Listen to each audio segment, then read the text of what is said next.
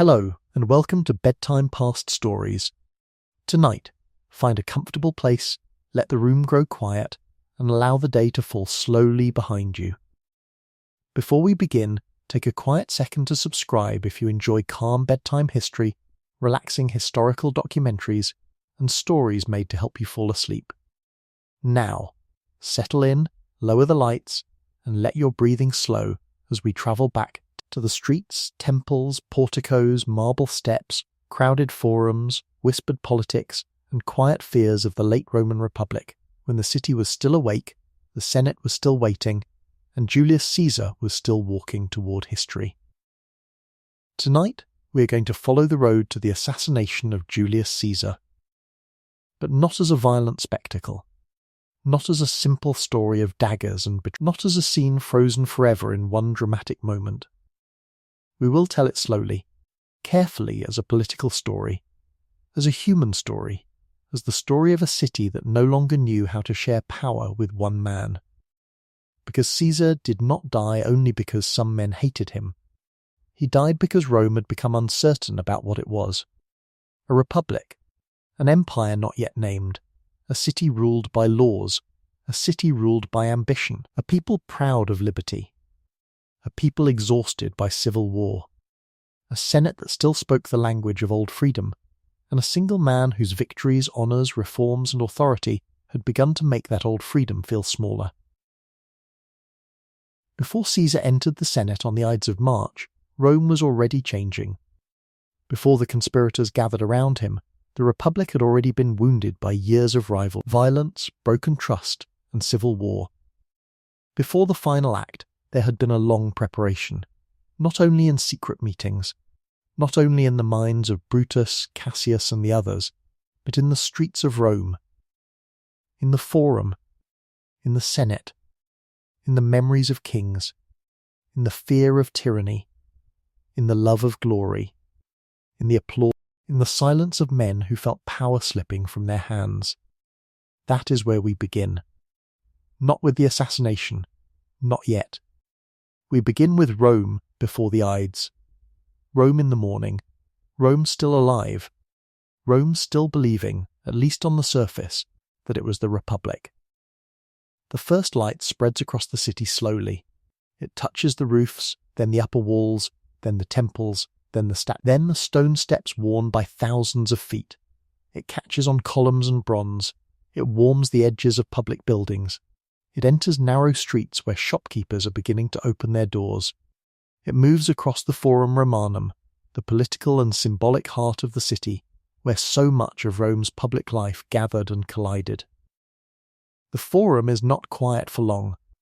A Roman morning is made of footsteps, sandals on stone, voices under porticos, clients waiting for patrons, merchants arranging goods, slaves carrying messages, scribes with tablets, senators in white togas moving with practiced dignity, veterans watching the city they once marched to defend or conquer, priests near temples, lawyers preparing arguments, ordinary citizens trying to hear the latest news, someone selling food, someone calling a name, someone laughing too loudly, someone whispering too carefully.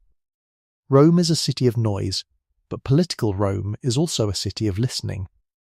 People listen for rumours, for decrees, for speeches, for appointments, for honours, for insults, for which man has risen, which man has fallen, which family has gained advantage, which law may be passed, which army remains loyal, which leader must now be feared.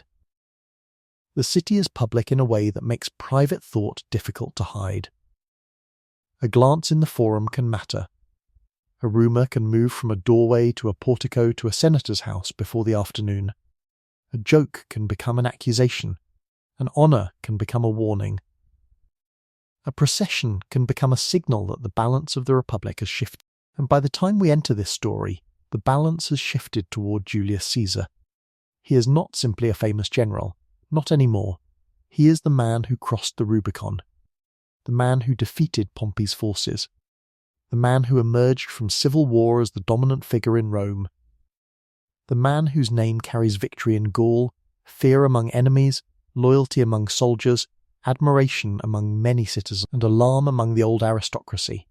He has been consul, general, dictator, reformer, conqueror, patron, debt manager, calendar reformer, public benefactor, political survivor. To some, he is the man who ended chaos. To others, he is the man who ended the Republic in everything but name. This is the tension that matters. Rome does not agree about Caesar. That disagreement is the heart of the story. A veteran who served under Caesar might see him as a commander who brought glory, land, money, and victory. A poor citizen might see him as a leader who challenged arrogant nobles and gave hope to those forgotten by the Senate. A senator from an old family might see him as a dangerous man who had gathered too much power into his own hands. A rival might see him as unbeatable. A friend might see him as necessary. An enemy might see him as a king in waiting. A cautious observer might see all of these things at once. Because Caesar was not one thing. He was brilliant, ambitious, generous when it served him, merciful in ways that seemed noble to some and politically dangerous to others, ruthless when necessary, deeply popular, deeply feared. He had a gift for making himself the centre of, and Rome, after years of civil war, had grown tired enough that many people accepted a centre. This is one of history's quiet dangers. When a society becomes exhausted by disorder, a single powerful man can begin to look like relief. Not everyone has to love him. Not everyone has to trust him. They only have to feel that the alternative is worse.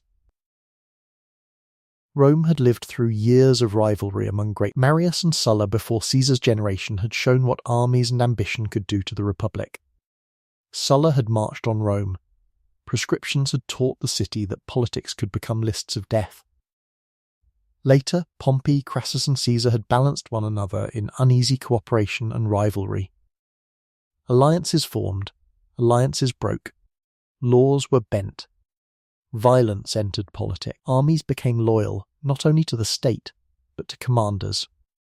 By Caesar's final year, the Republic was not a healthy body suddenly attacked by conspirators. It was a wounded body, trying to understand whether Caesar was medicine or the last symptom of the disease. The Forum still stands. The temples still stand. The Senate still meets. The magistrates still have titles. The old words are still liberty, Senate, people, republic, law, but words can remain after power has moved elsewhere. This is what some senators fear. They walk beneath the old buildings and wonder whether those buildings still mean what they once meant. A senator pauses near a column in the morning. He is dressed properly. His toga is arranged with care. His family name carries weight. His ancestors held office. His house displays masks and memories of men who served the Republic. He has learned from childhood that Rome is not ruled by a king. Rome expelled its kings. Rome is governed by magistrates, senate, law, tradition, and the people. And yet, everywhere he looks, Caesar's presence is growing. Statues, honours, decrees, public gratitude, appointments, promises, loyal men. Men who owe him careers, men who owe him mercy, men who owe him land, men who owe him survival. Every new honour makes Caesar look greater, and every new honour makes the Republic look smaller. The senator says little in public. In Rome, silence can be safer than speech. But silence does not mean acceptance. It can mean fear gathering under the surface. In another part of the city, an ordinary citizen hears men talking about Caesar. Perhaps one praises, another says the nobles hate him because he helps the people. Another says no man should hold so much power. Another says the Republic was already dying before Caesar, and only fools pretend otherwise. The citizen listens, then moves on. He has work to do. He needs food, wages, protection, stability. High politics matters, but bread matters too. This is important. For many Romans, Caesar's power may have seemed less frightening than the instability that came before it. Civil war is not an abstract thing. It disrupts land, debt, property, families, legal life, political trust, and the sense that tomorrow will resemble yesterday. A leader who promises order after chaos can win loyalty, even when his power unsettles the old constitution. That is why the conspirators' problem is deeper than Caesar himself. If they remove him, can they restore trust? Can they restore the old republic? Can they undo the armies, debts, ambitions, memories, and violence that brought him to power? Can a single act bring back an older world, or will it only open the wound again? They do not yet know. They think they are preparing to save Rome. History will ask whether they understood Rome well enough to save it. The morning continues. At a senator's house, clients gather in the atrium. The system of patron and client is one of the quiet structures of Roman social life. Men of lesser power come to greet a powerful patron, seek favours, offer loyalty, receive support, hear news, and be seen. Politics is not only speeches and laws, it is relationships. Obligation, favour, reputation, access. A patron receives men in the morning. A few words, a gesture, a promise, a reminder, a request, a message. Behind formal politics lies the web of personal dependence. Caesar understands this world exceptionally well. He has built loyalty through generosity, charisma, calculation, clemency, money, offices, and victory. Men follow him not only because they agree with his policies, but because they are tied to him by gratitude, hope, ambition, or fear. The conspirators understand this too. That is part of what frightens them. Caesar is not merely a man sitting in an office, he is a network. To strike him is to strike at the centre of that network. But what happens to the network after the centre is gone? In the Forum, people move around monuments that carry older memories. The Republic is a city of memory. Rome remembers its founders, its kings, its expulsion of kings, its early heroes, its wars, its victories, its laws, its ancestors. Roman politics is filled with examples from the past. Men justify action by invoking earlier men. A family name can become an argument. A statue can become a claim. A story from centuries before can shape a decision in the present. No name carries this burden more heavily than Brutus. Marcus Junius Brutus is not just one senator among others. His name recalls Lucius Junius Brutus, the legendary figure associated with the expulsion of Rome's kings and the founding of the Republic. Whether the details of that ancient story are legend, memory, or moral example matters less than how Romans used it. The name Brutus carries the idea that a true Roman may have to act against tyranny, even at terrible personal cost. For Marcus Brutus, that inheritance is heavy. He is connected to Caesar personally and politically. Caesar had shown him favour and clemency after civil war. Some later traditions even imagine deeper personal bonds. Whether every story is true or not, the emotional and political difficulty is clear. Brutus is not simply a cold enemy of Caesar. His role matters because he embodies the conflict between personal obligation and public principle, between gratitude and republican identity, between the man he knows and the power he fears. Cassius is different. Gaius Cassius Longinus is often remembered as sharper, harder, more openly resentful, more determined. He sees danger where others hesitate. He pushes, he speaks, he gathers dissatisfaction. He understands that Brutus's name gives moral weight to a conspiracy that might otherwise look like personal jealousy. If Brutus joins, the act can be framed as liberation. Without Brutus, it may look more like factional murder. This is why conspiracy is not only secret action, it is storytelling before the act. The conspirators must persuade themselves that what they plan is not murder for ambition, but sacrifice for liberty. They must tell themselves a story in which Caesar's death restores Rome. They must believe, or at least claim to believe, that the Republic can be saved by one decisive blow. Such stories are powerful and dangerous, because men who believe they act for liberty may justify terrible acts, and men who commit terrible acts may discover too late that liberty does not return simply because its enemy has fallen. Rome was still Rome. The Forum was still full. The Senate was still waiting. And Caesar was still alive. In Caesar's house, the atmosphere is different. He is planning to leave Rome soon for a great campaign in the east against Parthia. This matters deeply. If Caesar departs with an army, with honours, with authority, with plans larger than Rome itself, his enemies may lose the chance to act. A man in the city can be surrounded.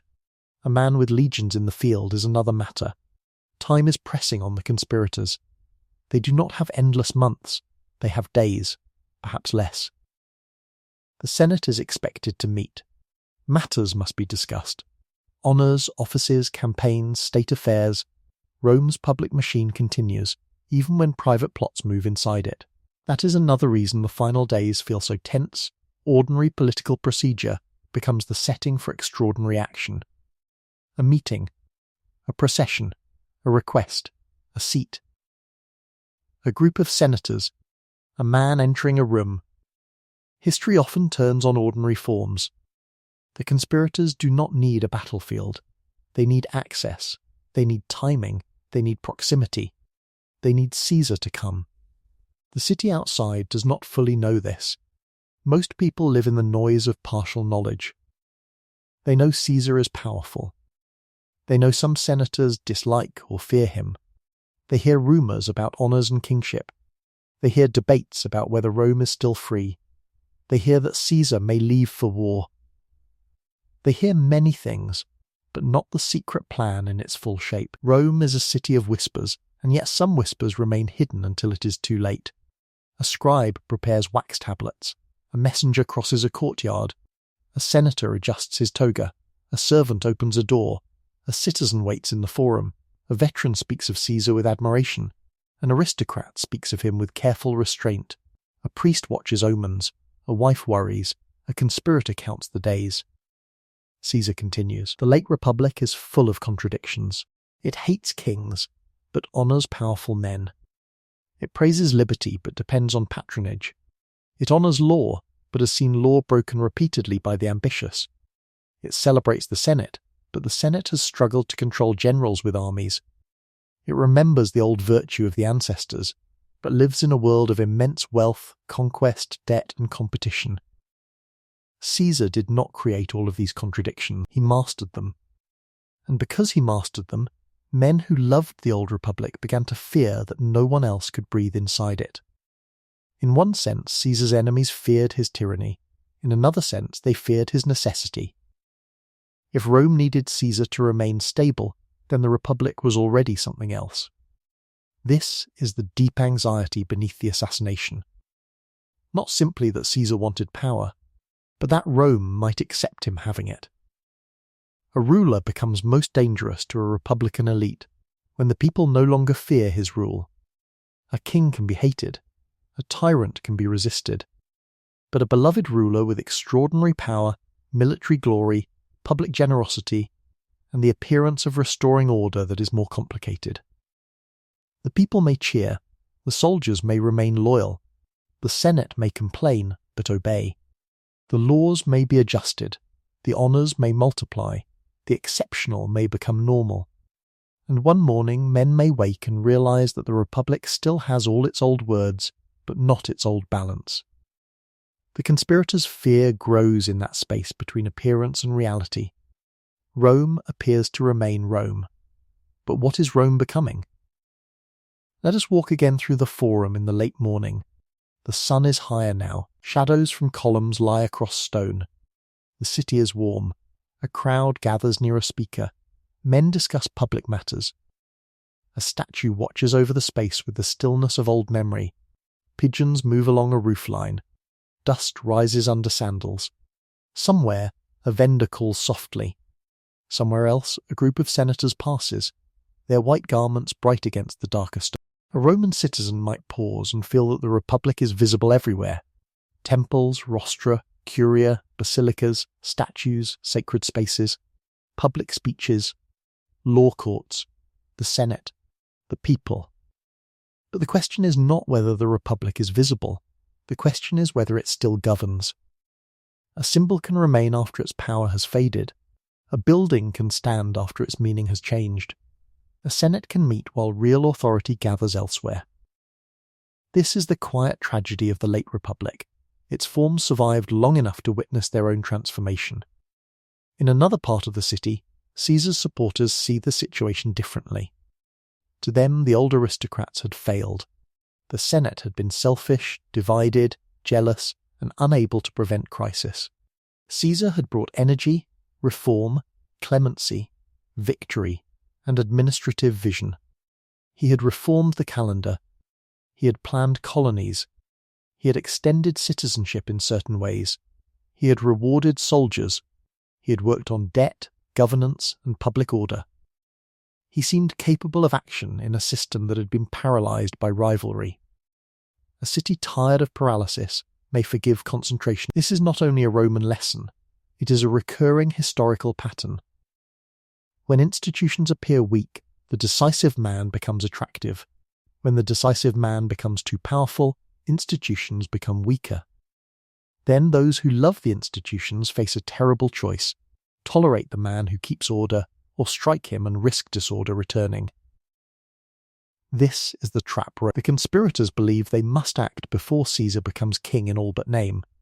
But many Romans may not want the conspirators' version of liberty if it means the return of chaos. This is the tension that will explode after the assassination. Killing Caesar may be possible. Replacing what he had become may not be.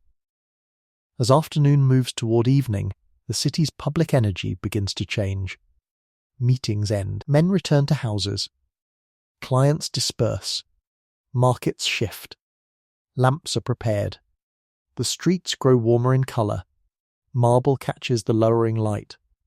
The temples stand quietly above the human noise. Rome at evening is beautiful. But beauty does not mean peace. Inside houses, political conversations continue. In dining rooms, under painted walls, over wine and food, men speak more freely than they would in the forum. A guest suggests that Caesar's power has gone too far. Another warns that words can be dangerous. A third says Rome has survived kings before. A fourth says Caesar is no king, he is the man who saved the state. Someone mentions Brutus. Someone mentions Cassius. Someone changes the subject when a servant enters. Politics in Rome does not sleep. It merely changes rooms.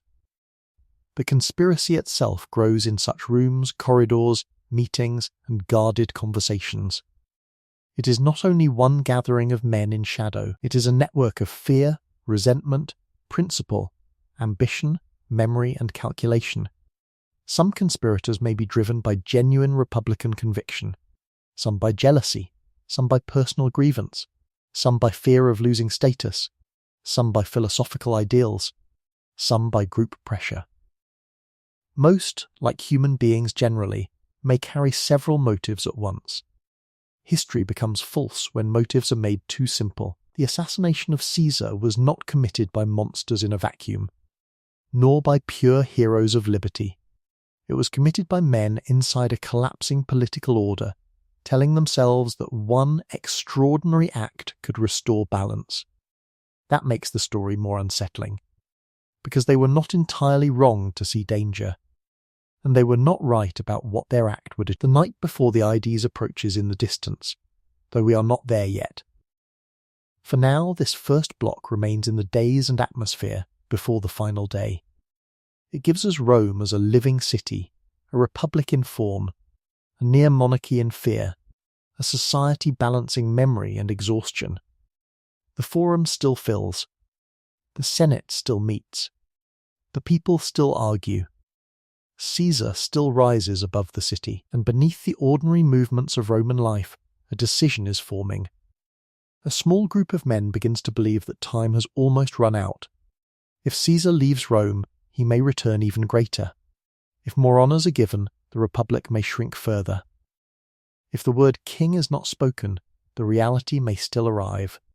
If no one acts, the old liberty may become only a memory.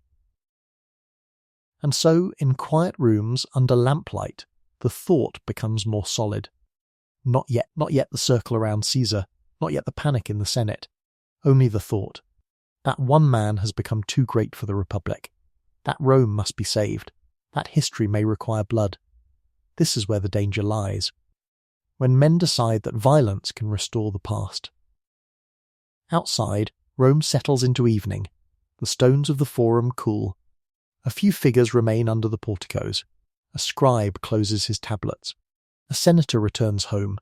A veteran speaks Caesar's name with pride. A nobleman hears it with bitterness. A servant lights a lamp. A wife waits in a house where dreams and omens will soon matter. The temples hold the fading light. The city breathes. Rome was still Rome. The Forum was still full. The Senate was still waiting. And Caesar was still alive. In the next part of the story, the fear will sharpen. The old Roman hatred of kings will rise to the surface. Honours given to Caesar will begin to look, to some men, like steps toward monarchy. The Lupercalia, the rumours of a crown, the title of dictator perpetuo, and the weight of Brutus's name will bring the conspirators closer to the decision they believe will save the Republic. But for now, stay in Rome before the Ides. Stay with the city before the statue of Pompey. Before the hidden blades. Before the senators flee. Before the crowd understands. Stay with the Rome of columns and whispers. Of morning clients and evening lamps. Of old laws and new power. Of citizens who want stability. Of senators who fear submission. Of a republic still speaking its ancient language while moving, step by step, toward a future it does not yet. Caesar is still alive, Rome is still awake, and somewhere inside the city the idea of assassination has begun to breathe quietly in the dark. The second part of the story begins with a word Rome hated. King Rex, a small word, but in Rome not a small thing. To modern ears the word king can sound distant, almost ceremonial, but to the Roman political imagination it carried the memory of humiliation, domination, arrogance, and the old story of liberation. Rome told itself that it had expelled its kings long ago. Rome told itself that liberty began when monarchy ended. Rome told itself that no free Roman should bow to a single ruler wearing a crown. The Republic was built in part on... It thought of itself as a city governed by magistrates, senate, laws, assemblies, customs, ancestors, and competition between powerful men who were supposed to remain, at least in theory, limited by one another. No one man was supposed to become Rome. And yet, by the time we enter this second part, Julius Caesar had begun to look to some Romans dangerously close to that impossible thing. One man at the center, one man honored beyond the ordinary, one man whose decisions shaped the state, one man whose soldiers loved him, one man whose enemies had been defeated, one man whose mercy created debts, one man whose presence made other men smaller. The city still had its senate, its temples, its magistrates, its laws, its old words, but every new honor... But the fear of a king had begun to move through Rome. This fear was not simple. It was not only jealousy, it was not only principle, it was not only hatred. It was a mixture of memory, class, political theory, personal grievance, wounded pride, genuine alarm, and the old Roman terror that liberty might disappear not in one loud act, but through applause. That is important. A tyrant does not always arrive as an obvious monster. Sometimes he arrives as a savior, a reformer, a victor, a man who ends war, a man who gives land to veterans, a man who settles debts, a man who forgives enemies, a man who makes the calendar more orderly, a man who gives the people spectacle, stability, and hope, a man who receives honor after honor until the honors themselves begin to change the shape of the state. Had Caesar not crossed rivers, endured hardship, faced enemies, and won victories that filled Rome with glory? Had he not rewarded the men who followed him? Had he not shown clemency to men who might otherwise have been destroyed? To such a man, the Senate's fear could look like aristocratic resentment. Old families complaining because a greater man had surpassed them. But to a senator from one of those old families, the same honours could look like a slow funeral for the Republic. A golden chair, a special seat, a statue, a title, a decree, a public ceremony, a month renamed in his honour, his image placed where no living Roman should be placed. The title dictator, perpetual dictator in perpetuity, not dictator for an emergency, not... Men appointed for extraordinary moments, then expected to step down. Power in Rome was supposed to move. Consuls served for a year. Magistracies were limited. Colleagues checked colleagues. Ambition existed, of course, but it had a form, a career, a sequence, a competition for honor within recognizable boundaries. Caesar blurred those boundaries. He had power that did not feel temporary. And in Rome, permanence in one man was dangerous. Imagine a senator walking past a statue of Caesar in the city. The stone face is calm. The name is known to everyone. People pass beneath it. Some glance up with admiration. Some barely notice. Some stop. Some whisper. The senator does not speak. He does not need to. His silence contains the entire question. How many honors can a citizen receive? It is tempting to imagine the conspirators as men who simply woke one morning and decided to kill Caesar. But conspiracy grows slowly. It gathers around repeated irritations, repeated alarms, repeated conversations, repeated signs that men interpret in the same direction until they begin to believe that history itself is pushing them. A small group speaks in private, then another man is added, then another. A conversation that once sounded reckless begins to sound necessary. A thought that once belonged to the edge of politics moves closer to the center of a man's mind. The question changes. At first it might be, is Caesar too powerful? Then, will Caesar become king? Then, can the Republic survive him? Then if no one acts, are we already slaves? Gaius Cassius Longinus was not a passive man. He had experience, intelligence, resentment, and a sharp sense of political danger. He had fought on the losing side against Caesar and had been spared. That clemency, which Caesar may have considered generous and politically useful, did not necessarily create love. Mercy can bind a man to you, but it can also humiliate him. To be forgiven by a superior power is to be reminded that he had the power to destroy you. Cassius could see that Caesar's generosity did not remove Caesar's dominance. It confirmed it. A man who can pardon enemies like a ruler may already stand above them. Cassius watched the honors grow, he watched men bow, he watched the Senate bend, he watched the people cheer, and in that... Marcus Junius Brutus carried a past inside his name. Romans associated the name Brutus with the legendary founder of Republican liberty, the man who helped drive out the kings and establish the Republic. In Roman political culture, ancestry was not decoration, it was argument. A man's ancestors stood behind him like witnesses. Their masks, stories, offices, and examples shaped what others expected from him. For Brutus, the burden was almost unbearable. If Caesar was becoming king, what should a Brutus do? If Rome was losing liberty, could a Brutus remain silent? If the Republic called, could a Brutus choose gratitude over duty? These questions may sound theatrical now, but in Rome they mattered. The past was always present. Men acted. Caesar trusted him, or at least did not treat him as an enemy. Brutus's mother Servilia had long and close connections with Caesar. The personal ties were complex, the political ties were complex. This was not a simple case of a man killing a stranger. The drama of Brutus lies in the tension between private obligation and public identity.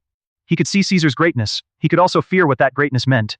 Cassius and others understood that if Brutus joined, the conspiracy would appear less like revenge and more like an act of republican conscience.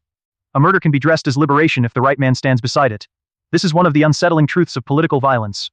In the days before the Ides, the bridge was being built. The city continued around them. Rome did not stop for conspiracy. The forum still filled, the courts still heard cases, the markets still sold food, temples still received offerings, clients still visited patrons, slaves still carried messages, scribes still scratched notes onto wax tablets, the Tiber still moved beyond the crowded neighbourhoods. Children still ran through streets where men spoke treason in low voices. History's most dangerous thoughts often form inside perfectly ordinary days. This is why we slow down. Because the assassination of Caesar was not only the moment when blades appeared, it was the slow formation of a belief that Rome could be saved by removing one man, a belief that Caesar's survival meant the Republic's death, a belief that assassination could return power to its proper shape. The tragedy is that the belief was both understandable and dangerously incomplete. The conspirators understood Caesar's power. They did not fully understand Rome's transformation. They thought the obstacle was one man. But the Republic's crisis was deeper than Caesar's body. The armies had changed, the people's expectations had changed, the Senate's authority had weakened, the memory of civil war had changed what stability meant. Political violence had already entered Roman life. The old system had already failed to contain ambition. To remove Caesar was not to restore the Republic as if lifting a stone from a spring. It was to remove the one man holding together a wounded system and then hope the system remembered how to breathe. But hope is powerful, especially when men believe they are acting for liberty.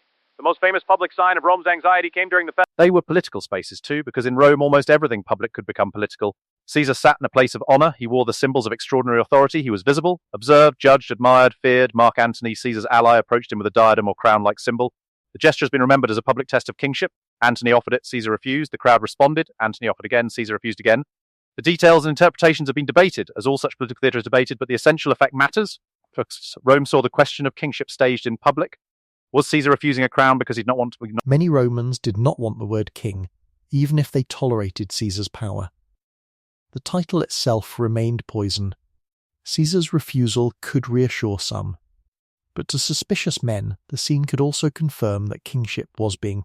A crown offered once can be dismissed, a crown offered twice becomes a question, and a question asked in public does not easily disappear. After Lupercalia whispers hardened, men who already feared Caesar now had an image, not just an abstract worry, a crown held out, Caesar visible before the people, the word king moving through the mind even if not formally spoken. Every new honor made Caesar look greater, and every new honor made the Republic look smaller. Imagine Cassius hearing of the scene or seeing it. He does not hear reassurance, he hears warning. Imagine Brutus, whose name carries the expulsion of kings, forced to consider whether Rome is drifting toward the very thing his ancestral memory demanded he resist. Imagine ordinary citizens... A sense that the boundary between republic and monarchy is no longer firm. That is enough. Political systems depend not only on laws, but on shared belief. If enough powerful men believe the republic is becoming monarchy, they may act as if it is already happening. If enough ordinary people believe Caesar brings order, they may not welcome those actions. These two beliefs move toward collision. Caesar himself is difficult to read in these final weeks. Did he truly seek kingship? Did he think the title unnecessary because he already held substance? Did he believe Rome needed his authority more than it needed republican appearances? Did he underestimate the depth of senatorial? Did he trust too much in personal loyalty, clemency, and his... Sometimes the name matters less than the shape. And the shape of Caesar's power frightened men who believed Rome should never again belong to one person. In the Senate, resentment was not only ideological. Personal dignity mattered intensely to Roman aristocrats. To be a senator was to belong to the ruling class of the world's most powerful republic. It meant ancestry, ambition, honor, competition, and recognition among peers. Caesar's dominance wounded this culture. Men who expected to influence Rome found themselves overshadowed. Men who had once competed with others now watched one man distribute power. Even Caesar's mercy could insult them. Clemency sounds noble, and, in many ways, it was politically brilliant. Brutus may have felt this more deeply than most. To be favored by the man whose power you fear is a particular kind of prison. If you act against him, you are ungrateful. If you do not act, you may betray your public ideals. If you hesitate, both sides condemn you in the silence of your own mind. The conspirators pressed him, not always with open commands, sometimes with hints. Anonymous messages may have been placed where he would see them, urging Brutus to remember who he was. Whether every detail is certain or shaped by later tradition, the meaning is clear. Brutus was being summoned by the idea of Brutus. Men wanted him to act not only as himself, but as a symbol. Wake up, Brutus, remember your ancestors. Rome needs you. Such not as simple betrayal. Brutus is compelling because he stands where political morality becomes impossible. If Caesar is a tyrant, killing him may seem noble. If Caesar is a benefactor and friend, killing him is betrayal. If Caesar is both benefactor and threat, friend and destroyer of the Republic, then every path is stained. This is what makes the story last, not the blades, the conflict.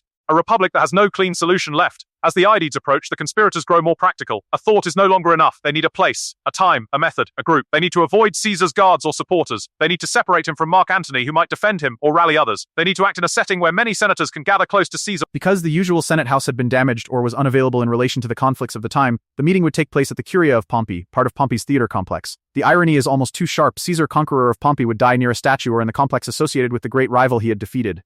History sometimes arranges symbols so powerful that later generations can hardly believe they were accidental.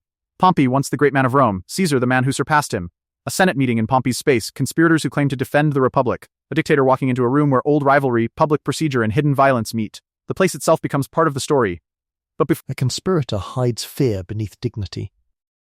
A citizen hears another rumor about Caesar. Someone mentions the crown. Someone says Caesar refused it. Someone says refusal is not enough. Someone says the Senate is jealous. Someone says Rome needs one strong hand. Someone says Rome was not made for kings. The debate spreads without resolution. That is how political crisis feels from the street, not a clean argument, a noise of partial truths. Caesar's supporters are not fools. They know the Republic has been unstable. They know the Senate has not always acted nobly. They know the aristocracy can speak of liberty while defending privilege. They see Caesar as the man who broke the grip of selfish nobles and gave Rome a future. Their loyalty may be sincere. The conspirators are not merely villains either. They see the danger of one man becoming permanent ruler. They know both sides see something real. That is why the conflict is tragic. If one side were simply blind and the other simply wise, the story would be easier, but Rome is harder than that. Caesar's rule brings order and threatens liberty. The Senate defends liberty and defends its own status. The people love stability and risk accepting domination. The conspirators fear tyranny and choose assassination. Every path is compromised. The Republic is not a pure victim. Caesar is not a simple monster. The assassins are not pure saviors. This complexity is what makes the script powerful for long watch time. The listener is not waiting only for what happened. They are waiting to understand how each person could justify what happened. A calm story. Clients return home. Lamps are lit. The noise of public life softens into the private sounds of meals, conversation, and household routine. In one house, men speak quietly of Caesar. In another, a family praises him. In another, someone warns that Rome has seen too much civil war already. In another, a conspirator cannot sleep easily. In Caesar's house, plans continue. He is still preparing for future campaigns, still receiving honors, still managing affairs, still assuming that the state, despite its tensions, will move with him at the center. He has survived so much: battles, rivals, political storms, civil war, plots perhaps, enemies who became dependents, men who smile because they had no choice. Fortune has favored him so often that it may be difficult to believe it will stop now. This confidence or fatal trust is part of the final movement. Caesar is not... If Caesar had feared every man he had defeated and spared, he could not have governed at all. So life continues. He has reason to believe Rome will continue around him. The conspirators have reason to believe Rome will not survive him. Between these beliefs lies the Ides of March. The second part closes in that narrowing space. The fear of a king has moved from old memory into present politics. The honors have multiplied. The title of dictator in perpetuity has disturbed men who once accepted temporary emergency power. The Lupercalia has placed the image of a crown before the public mind. Cassius has sharpened resentment into purpose. Brutus has been pulled toward the role his name demands. The Senate remains the stage. The Curia of... In the next part, the morning of the Ides will arrive. Calpurnia will fear the day. Caesar will hesitate. Friends and enemies will gather around him. The streets of Rome will carry him toward the Senate. And a room meant for politics will become the place where the Republic crosses a line it can never uncross. For now, the night before the final day settles over Rome. The lamps burn low, the city murmurs, the old hatred of kings sleeps uneasily inside the walls, and somewhere in the private rooms where men persuade themselves that violence can rescue liberty, the fate of Julius Caesar grows quietly closer. The third part of the story begins in the morning, the Ides of March, a date that would become one of the most famous in Roman history. But when the day began, it was still only a day. The sky above Rome, clients waited in atriums, merchants opened stalls, priests prepared rituals, scribes, getters arranged their togas, messengers crossed from one house to another. Rome woke as Rome. The Forum was still there, the temples were still there, the Senate still had its walls, and Caesar was still alive. That is the strange quietness of final mornings. They do not announce themselves, they do not always arrive with thunder. They begin with ordinary light, with sandals on stone, with doors opening, with voices in courtyards, with people thinking of errands, meetings, meals, favors, debts, letters, and the business of signs. On this morning, signs matter. Romans were practical people, but they were also religious people. Public life was not separate from divine signs. Politics, ritual, and interpretation moved together. And the stories around Caesar's final morning are full of warnings. Some are difficult to verify in every detail, some were shaped by later memory, some may have been told more strongly because the ending was known, but they belong to the way Rome remembered the day. Calpurnia, Caesar's wife, was said to have been troubled by dreams or omens. She feared that he should not go to the Senate. In the quiet of the house before public life fully claimed him, the danger may have felt closer than it did in the forum. A wife's fear is different from a senator's fear. It is not constitutional, it is personal. Do not go, stay home. Let the meeting wait. For a moment Caesar hesitated. This hesitation matters, because he knew politics was dangerous. He knew Rome was full of men he had defeated, spared, humiliated, elevated, disappointed, or frightened. He knew his power was resented. He had lived too long in the center of danger to be completely naive, and yet powerful men cannot stop for every fear. A ruler who stays indoors because of dreams may look weak. A man preparing for a great campaign cannot appear governed by omens. A dictator in perpetuity cannot easily say that he is afraid to face the Senate. Public life pulls at private fear. The city waits, the Senate waits, the conspirators wait. Calpurnia's fear hangs in the house like a final thread of ordinary human care. Then Decimus Brutus arrives. He may have mocked the idea of staying away because of a dream. He may have suggested that the Senate would think Caesar arrogant or fearful if he did not come. He may have reminded him that honours or important business awaited. Whatever the exact words, the effect matters. The hesitation ends, the thread breaks, Caesar decides to go. This is one of the most powerful moments in the whole story. Not the attack, not yet. The decision to step back into the day. Had he stayed home, the conspiracy might have failed or been delayed or exposed or reshaped. Had the meeting been postponed, the men involved might have lost courage. Had Caesar listened fully to Calpurnia, Rome might have taken another path, at least for a time. But history is not made of the path that almost happened. It is made of the one path walked. Caesar prepares to leave. The house opens toward Rome. Outside, the city is brightening. A servant adjusts something. A message is carried. A litter may be prepared. The forum was still full. The Senate was still waiting, and Caesar was walking toward history. The streets of Rome carry him forward. Imagine the path, not as a dramatic march, but as public movement through a living city. He passes houses, shops, walls, shrines, porticos, and people who know his face or know the stir his presence creates. Some may pause, some may greet him, some may watch with admiration, some with resentment, some simply make space because powerful men create space around themselves. Rome is used to spectacle. It has seen triumphs, funerals, elections, riots, games, processions, military returns, public speeches. It understands how to watch power move, but this morning the most important movement is hidden. A conspiracy on the day of action is a fragile thing. Until the moment arrives, it can still fail. A man can lose courage, a warning can reach the victim, a guard can interfere, a friend can stand too close, a delay can scatter the timing, a strange expression can betray intention. Men who have spoken boldly in private must now hold their faces steady in public. Their bodies must not reveal the thoughts they carry. Cassius waits, Brutus waits, others wait. Each man must pass through the last minutes before an irreversible act. It is one thing to say that Caesar must die. It is another to stand in the same building with him, to hear his voice, to see him not as a symbol but as a breathing man, and to continue. This is where political theory becomes human. It takes place in the Curia of Pompey, part of the large theatre complex built by Pompey the Great. This detail gives the scene its deep Roman irony. Pompey had once been the great man of Rome. Pompey the general. Pompey the rival. Pompey, Caesar's former ally, then enemy. Pompey defeated in the civil war. Pompey whose cause many senators had once followed. And now Caesar, victor over Pompey's world, comes to a meeting in a place connected to Pompey's name. A statue of Pompey stood nearby, and ancient writers would later make much of the symbolism. Whether every dramatic detail is exact or shaped by literary memory, the meaning is irresistible. Caesar dies in the shadow of the rival whose defeat helped bring him to supreme power. Rome. The Senate meeting gives them proximity. Senators can gather around Caesar without seeming like attackers.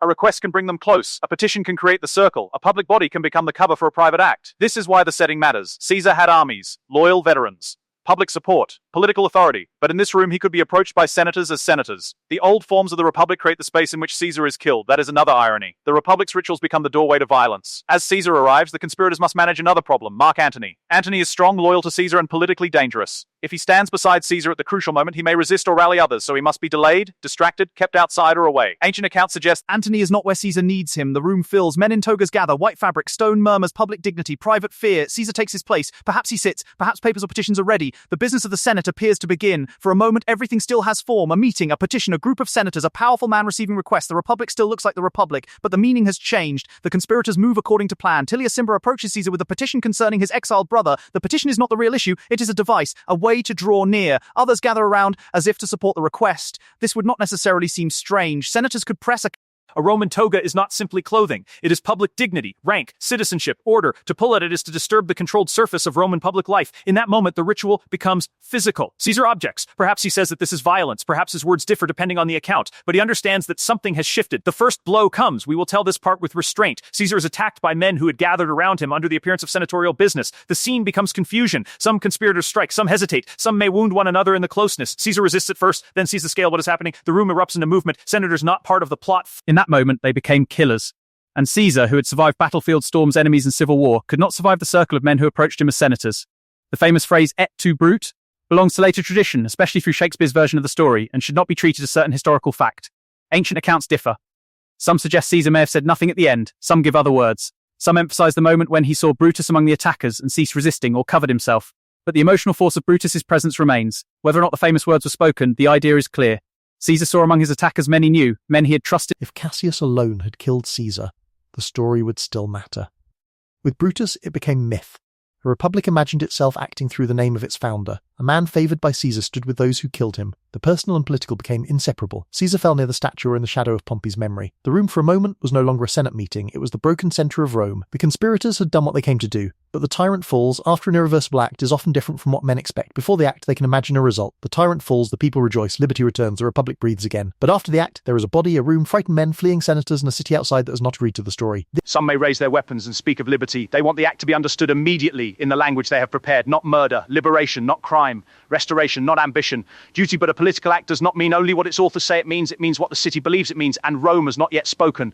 Outside, the news begins to move. At first, not clearly, something has happened. Caesar has been attacked, Caesar is dead, the Senate is in chaos, the conspirators have acted. No one knows whether soldiers will come, no one knows whether more killings will follow, no one knows whether this is the beginning of freedom or the beginning of another civil war. Rumour runs faster than order, a man hurries across the forum. Someone else says Rome is lost. This is how the city receives the news, unevenly, emotionally, in fragments. No one has the full meaning. Not yet. The forum had been full of ordinary life. Now it becomes a place of questions. Where is Antony? What will Caesar's veterans do? What will the people do? Will the conspirators seize control? Will the Senate support them? Will there be revenge? Will there be freedom? Will there be war? Rome listens to itself in shock. The conspirators leave the scene and attempt to present themselves as defenders of liberty. They may move toward the Capitoline Hill, a symbolic place of safety and power. They call out that Rome is free. They invoke the Republic. They want citizens to see them as new liberators, heirs to the... Some depended on him. Some had benefited from him. Some feared another civil war more than they feared Caesar's title. A crowd does not become Republican because men with daggers say that it should. The city hesitates. This hesitation is devastating for the conspirators. They needed immediate moral clarity. They needed Rome to say, yes, you have saved us. Instead, Rome pauses, and in that pause, the future begins to slip away from them. Mark Antony survives. This matters enormously. If Antony had died with Caesar, the aftermath might have been different. But Antony lives. He is cautious at first. He withdraws, judges the situation, preserves himself, and waits for the moment when action will be possible. He understands that open confrontation too... They have not killed his reforms. They have not killed the debts owed to him. They have not killed the anger that his death will awaken. This is the central irony. A man can be killed in a room. But the political world built around him may not die with him. In the Curia, Caesar is gone. In Rome, Caesar remains everywhere, in veterans' memories, in citizens' hopes, in laws and appointments, in promised land, in favors granted, in enemies spared, in fear, in gratitude, in resentment. In his name, the conspirators have struck the center, but the echoes spread beyond their control. The day continues into afternoon, though it no longer feels like the same day. Rome is not functioning normally now. Men gather in groups, houses close, allies seek one another. It is the moment when one faction tries to solve that crisis through violence and discovers that violence does not restore trust. The Republic needed shared legitimacy. The assassination destroys what little remains. If Caesar could be killed in the Senate, what is sacred? If the Senate can become a killing place, where is law? If men claim liberty through murder, who decides what liberty means? If Caesar's followers respond, who can stop another civil war? The conspirators wanted to turn back time. Instead, they made time break forward. A citizen in the forum may not understand all this immediately. He only knows something enormous has happened. He hears Caesar is dead. He hears the killers say Rome is free. He hears others... This is why the human street matters. The assassination of Caesar is not only a Senate event, it becomes a city event. Every household must ask what comes next. A mother calls a child indoors. A merchant closes early. A slave is sent to gather information. A senator's wife waits for news. A veteran hears the report and feels anger rising. A conspirator stands with men who call him liberator, but notices the crowd is not as loud as he hoped. A priest watches the city tremble without an earthquake. The day becomes suspended. In Caesar's house, the news must arrive like a blow no public theory can soften. Calpurnia, who had feared the day, now has the worst confirmation of fear. The personal grief of a household meets the political shock of a city. Caesar was a public figure, but he was also... Before Before Caesar becomes a martyr, a tyrant, a legend, a title, an imperial ancestor, a subject for historians and playwrights, he is newly dead in the minds of those who knew him. The world changes first in human bodies, a message heard, a breath stopped, a room gone quiet, a woman remembering that she asked him not to go. Outside, the conspirators remain uncertain. They have done the thing that cannot be undone, but they do not yet control the meaning of it. The Senate has been frightened. The people are not clearly with them. Antony lives. Caesar's supporters are scattered but not destroyed. The city may still turn. A political assassination requires an after. The conspirators had courage, or desperation, enough for the act. It could not be uncovered simply by removing him. It had to be believed in, obeyed, trusted, defended, administered, and accepted by armies, citizens, senators, magistrates, veterans, provinces, and ambitious men. That republic was already broken. Caesar's death did not heal it. The afternoon light changes, the forum stones glow with the warmer tones of the day's decline. Groups still gather, news still moves. The Curia of Pompey stands behind the event like a place that will never again be only a meeting room in memory. The statue of Pompey, if imagined there, becomes an observer of Rome's bitter cycle. Rival defeating rival, victor becoming victim, republic consuming its own great men. The conspirators may look toward the city and wait for gratitude. Rome gives them uncertainty. In that uncertainty, The city is stunned. The Republic remains in name, but the old political world has crossed a threshold. Rome was still Rome when the morning began. By afternoon, Rome was something else. Not yet empire, not yet renewed civil war, not yet Augustus, not yet the funeral, the will, the speeches, the flames, the vengeance, the battles, and the long transformation to come. But the line has been crossed. A room meant for politics has become a room of death. A man feared as a king has been killed by men claiming liberty. The people of Rome must now decide what they believe. And history, which had seemed to gather around Caesar while he lived, now begins gathering around his memory. The forum is still there. The temples are still there. The Senate... Caesar is dead. The conspirators have acted. The Senate has scattered. The forum is full of rumor, and Rome, the city they believed they were saving, does not immediately know how to respond. This is the first failure of the assassination, not the act itself, the meaning of the act. The conspirators had imagined a story in which the death of Caesar would restore the Republic almost at once. The tyrant would fall, the people would understand, the Senate would breathe again, liberty would return to its proper place, Rome would remember its ancient hatred of kings and thank the men who had prevented monarchy from rising openly. But history does not obey the stories men tell themselves before violence. Outside the Curia of Pompey, the city... Some are cautious because they remember the civil wars and fear they're about to begin again. Some senators are relieved that Caesar is gone, but disturbed by the manner of his death. Some citizens are not thinking in constitutional language at all. They are thinking of food, safety, soldiers, crowds, revenge, and whether the streets will remain calm. This is the gap between elite intention and public emotion. The conspirators thought Rome would see the old republic reborn. Rome saw blood in a Senate meeting. Rome saw danger. Rome saw uncertainty. And in politics, uncertainty can be more powerful than ideology. The forum remains the center of that uncertainty. The same stones that carried morning footsteps now carry fragments of news. Someone says soldiers will march. Someone says Rome should stay indoors. The city has become a room full of unfinished sentences. What happens now? Who commands now? Is the Republic safe? Is anyone safe? The conspirators move toward the Capitoline Hill, a place heavy with sacred and political meaning. They want the high ground, not only physically, but symbolically. They want to stand where Rome can see them as defenders of liberty. They want to attach themselves to the oldest memories of the city, to temples, vows, ancestors, and Republican dignity. They speak of freedom. They speak of the Republic. They speak of Caesar as a tyrant. They speak as if the argument is already won, but the city does not answer the way they need. There is no great wave of public gratitude, no clear restoration, no sudden return. That is where the story turns. Mark Antony survives. At first, he moves carefully. This is not the moment for reckless rage. Antony is strong, ambitious, experienced, and close to Caesar's political world, but he is also vulnerable if he misjudges the mood. The conspirators have just killed the most powerful man in Rome. They might kill others. The Senate is frightened. The people are uncertain. Caesar's supporters need time to gather, so Antony waits. He negotiates. He studies the city. He understands something the conspirators fail to understand fully. Caesar dead may be more powerful than Caesar alive. If his memory can be placed before the people in the right way, a living ruler can be criticized. A dead leader can become a symbol. This is one of the great lessons of the assassination. Power is not only in the body of the ruler, it is in networks. Loyalties, expectations, debts, images, stories, benefits, fear, gratitude. A man can fall, and still the world he created continues moving. The days after the assassination are tense and uncertain. Rome does not immediately become a battlefield in the streets, but it is not calm in the old sense. The Senate must decide how to respond. The conspirators must decide whether to flee, negotiate, or claim authority more strongly. Antony must decide how much to concede and when to strike politically. Caesar's supporters must decide how to mourn and how to organize. Ordinary Romans must decide whether to trust the men who say they have restored. If Caesar was a tyrant whose power had to be destroyed, why preserve his acts? But politics is made of such contradictions. The conspirators need peace. The Senate needs continuity. Antony needs time. The state needs administration. Rome cannot simply erase Caesar without erasing too much of itself. This reveals again how deeply Caesar had entered the machinery of the Republic. He was not a foreign object that could be removed cleanly. He was woven into law, appointments, offices, debts, plans, and expectations. To kill him was one thing. To govern after him was another. In Caesar's house, his will becomes one of the most powerful objects in Rome. A document, ink, wax, names, money. Instructions, a private legal instrument that becomes a public form. He is distant, young, and perhaps underestimated by many. But Caesar's will gives him something extraordinary. A name, a claim, a place in the emotional and political inheritance of the dead dictator. Octavius will become Octavian. Octavian will become Augustus. And Augustus will become the first emperor of Rome. The conspirators did not only fail to restore the old republic, they helped create the conditions for Caesar's heir to rise. This is the deep irony of the story. They killed the man they feared would become a king, but they could not bring back the republic they thought they were saving. Instead, another man would learn from Caesar's fate, a more patient man, a colder man, a man who would gather power more carefully, speak Republican language more skillfully, and build monarchy without wearing the hated name of king. But that comes later. For now, Rome turns towards Caesar's funeral, the funeral for Career, a turning point of the after. But in grief, curiosity, anger, and uncertainty. The Forum, so central throughout our story, becomes the place where Caesar's memory will be transformed. His body is displayed, his honours are visible, his achievements can be recalled. The wounds of politics become the wounds of a man the people knew, admired, depended on, or at least understood as the most powerful presence in their world. Antony speaks. The exact words are not Shakespeare's words, of course. The famous speech we often remember belongs to literature, not direct transcript. But ancient sources agree that Antony's handling of the funeral was politically powerful. He stirred emotion. He reminded the people of Caesar's deeds. He showed, or had shown, the bloody garment or evidence of the attack. He made the assassination feel not like liberation, but betrayal. Again, we keep the telling restrained. The point is not spectacle, the point is transformation. The conspirators wanted the people to see a tyrant removed. Antony helped them see Caesar as a murdered benefactor. This difference changes everything.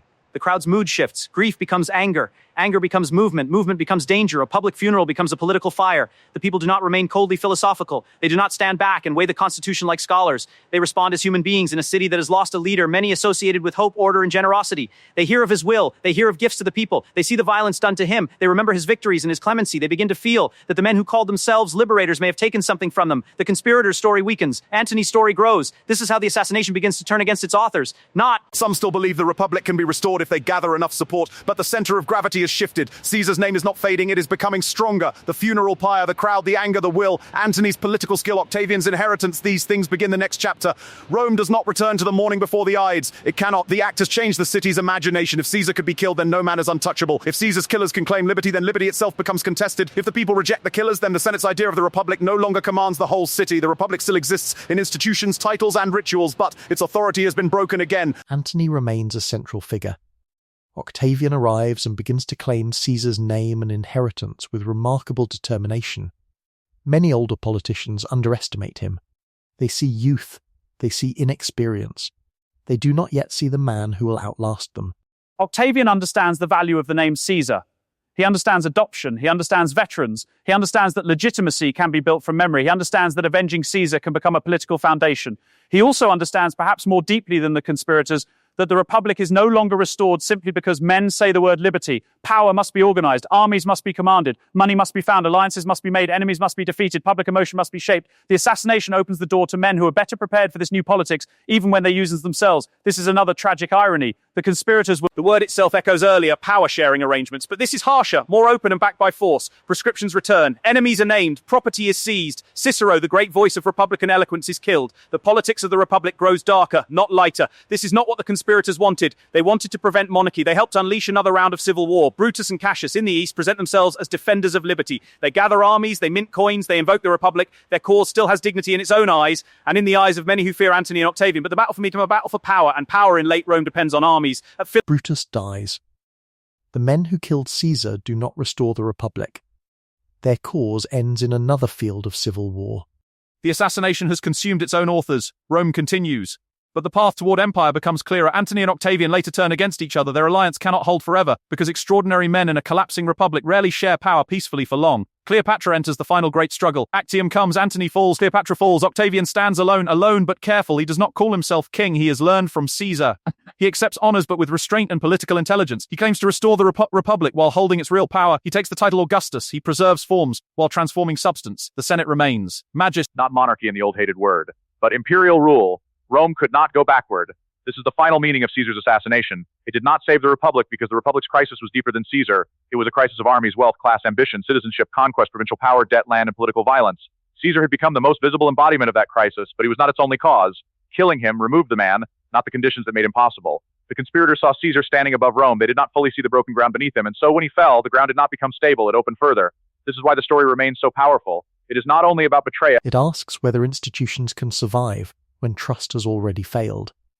It asks whether men can stop history by striking at a symbol. Rome's answer was no. The Senate still had its walls, the Forum still had its stones, the old words still existed, but Rome had moved beyond the world those words once described. Now let us return gently to the city after the storm of consequences has begun to settle into memory. Years pass, then decades, then centuries. Caesar's name changes meaning. At first, it is the name of a man, Gaius Julius Caesar, then the name of a murdered leader, then the name claimed by his heir, then a title associated with imperial power. In time, Caesar becomes more than Caesar. His name echoes across languages and empires, transformed into titles used far from The meeting at the Curia of Pompey, the senators in white, the petition, the circle, the fall, the news moving through the forum, the city hesitating, the funeral, the anger, the wars, the empire. History often turns on moments that seem small in physical space. A room, a group of men, a few minutes, but those minutes carry years behind them and centuries ahead of them.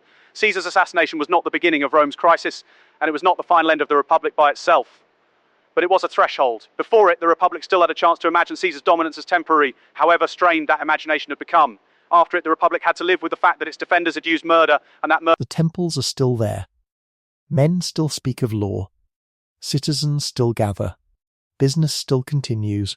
Rome still breathes. But the air of politics is different. The people have seen too much. Civil war has returned. Great names have fallen. Caesar's heir has risen. The Republic remains in ceremony, but the centre of power has changed. Some Romans may mourn what has been lost. Others may welcome stability. Many may simply adapt because ordinary life demands adaptation. A baker still bakes. A scribe still writes. A merchant still counts. A mother still calls a child indoors. A veteran still remembers a commander. A senator still arranges his toga. A priest still watches the rituals. The city continues, as cities do, even when the meaning of power changes above them. This is important for our ending. History is not only the fall of institutions, it is the continuation of daily life under new names. Republic, dictator, triumvir, princeps, empire. The words change at the top.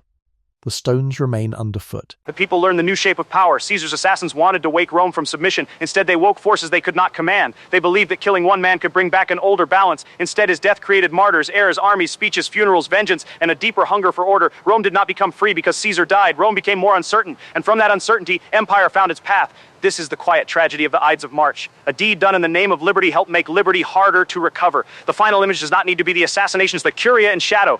Statue standing silently. Somewhere Octavian is still far away, not yet fully understood, and somewhere the Republic is still trying to believe it can return to what it was. But history moves in one direction, not always forward in a moral sense, not always upward, but onward. Rome moves onward, from republic to dictatorship, from assassination to civil war, from civil war to empire, from Caesar the man to Caesar the name, from the fear of kings to the rule of emperors. Let the story settle there. Not in violence, but in understanding. Julius Caesar was assassinated because many Romans feared that one man had become too powerful for a republic built on shared authority, old memory, and hatred of kings. But his death did not solve the problem that created him. It revealed But they could not bring back the republic they thought they were saving. And so Rome, magnificent, wounded, restless Rome, continued into the long shadow of empire.